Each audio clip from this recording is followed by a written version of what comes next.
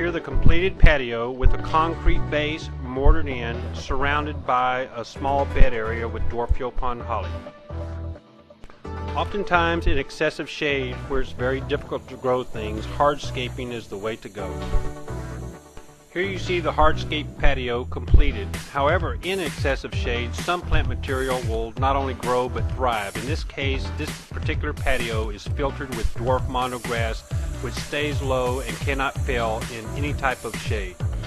One of the attributes I like most to provide in my landscaping gardening work is to provide transformation to people's yards and gardens. Only 2 months later, you see the fulfillment of this bed, primarily done in wildflower seeds, extremely cost effective and extremely beautiful. Every project starts with a concise plan. Here you see the beginning aspects of this landscape.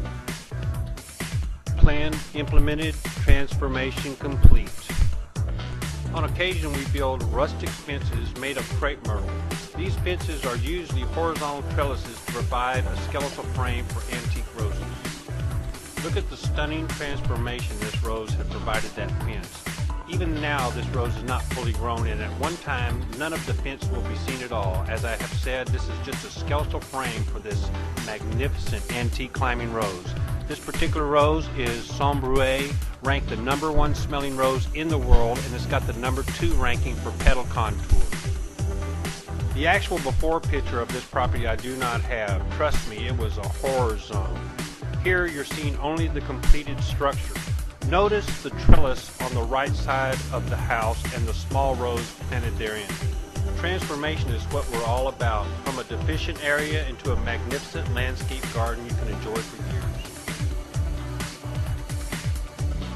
I often look at plant material as clothing for the house. Here you see a very colorful array of azaleas and tulips. A properly installed garden can provide meditative, secretive enclaves for your yard. One of my customers loved this urn, but eventually the urn broke. Rather than throw it away, I utilized a zebra grass peeling from the mouth. I really enjoy the borders I provide for my beds. In this case, small boulders surround a raised bed with zebra grass on the top. Caladiums and ferns, what a beautiful combination. Cottage style gardening, an incorporation of herbs with antique roses. Here you see lavender, sage, and oregano. This landscape has elongated bed zones running down the walkway. Sometimes difficult in excessive shade to provide color, caladiums and impatiens serve the need. 2 types of flowers in the world. There are annuals and perennials. I do love annuals, but perennials are where my real heart is. This is Coreopsis. Cuba is one of the finest plants we can have in the deep shade. 2 varieties, the green and the gold. This is gold spotted Cuba. My favorite caladium is white with green veins. That type is June Bride. However, many of my customers prefer the red vein type. Prickly pear cactus. Nothing connotes the happy spirit of nature like oxeye daisy. One of the perennials adapted to the shade, columbine.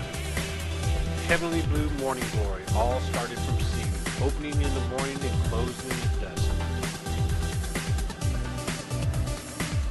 There are several beautiful aspects to this landscape, but the one I'd like to point out is the creeping fig vine on the house. A lot of my landscapes have this type of plant material on there to provide the ultimate height and character to the house itself.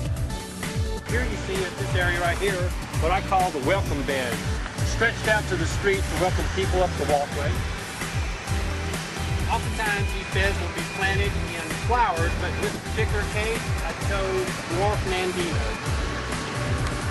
I think the 2 most important aspects in a landscape are, oddly enough, trees and grass. So we provided a good tree situation here, Oklahoma red bud, cedar elm, one of the finest shade trees in Dallas, Texas. And over here you'll see Shumard red oak.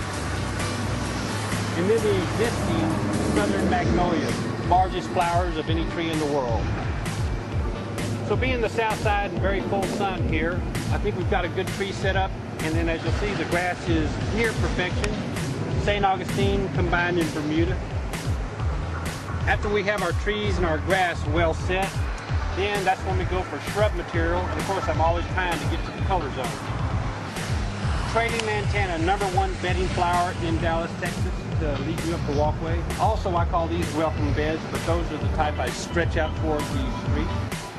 When providing these welcome beds, sometimes you'll encroach on, say, the mailmen or the advertisers they want to walk through. So oftentimes we provide a small walkway in and through the bed here.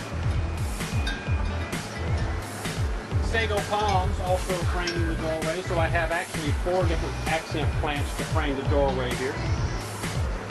I love to find old, supposedly useless things and turn them into something special. That's what we did here with this pot. Stationed a windmill palm within it. Once again, Indian poplar is my foundational plant. Foundation means something that will cover the foundation and not get much higher, so that usually involves approximately 3 feet. A really good landscape, the type of plant material that you use should draw good birds and, in this case, the butterflies. I call this my boulder bed over here. Swing it out on the corner, drop a humongous boulder in there. I think it took 4 or 5 guys to position that. Once again, that 4 years ago. Here you'll see one of the most interesting plants that I grow. This is called angel's trumpet. Some people call it moonflower. That's actually incorrect, but it's appropriate, for it blooms at night. This one right here you can see is in the stage of blooming tonight. I've actually many times myself at dusk watched them open right in front of my eyes. Unbelievable, but it's true. This one bloomed last night. And as the heat of the day comes on, the flower closes up. It's a one-day affair. We just constructed this patio approximately a week ago. In the deep shade, it's often hard to grow things. In fact, many areas turn to mud, especially when you have dogs and kids camping areas. Mud is just unacceptable. Here we hardscape to a reasonable degree using Colorado red rock, oversized pieces. So we stationed out what you would call 1, 2, 3, 4, 5, 6 different pathways, providing different manners of which to get to the garden, and then we filtered that in with the dwarf mondo, which I use quite often in my work. It will definitely, absolutely thrive in this area. Can't fail, and will be here for all time. When you come to the shade, there's less opportunity of plant material, but there is ample. You'll see fluffineers, asparagus fern, Boston fern, dwarf mondo, evergreen wisteria, Japanese Aurelia. Here's one of my favorite ferns. I did mention that wood fern and holly fern are the 2 types of plants in Dallas, Texas, and this particular type is holly fern right here. One of the most famous plants in the world in the gardening area of Dallas, Texas is the hydrangea.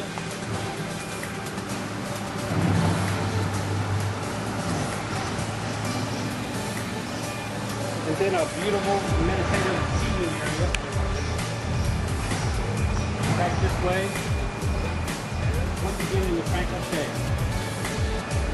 All landscapes have many different types of environments. Some are full sun, some are full shade, and some are dabblings in between. So we always look to come to a full understanding of what our environment is, what our customers' needs are, and then work those 2 aspects together to come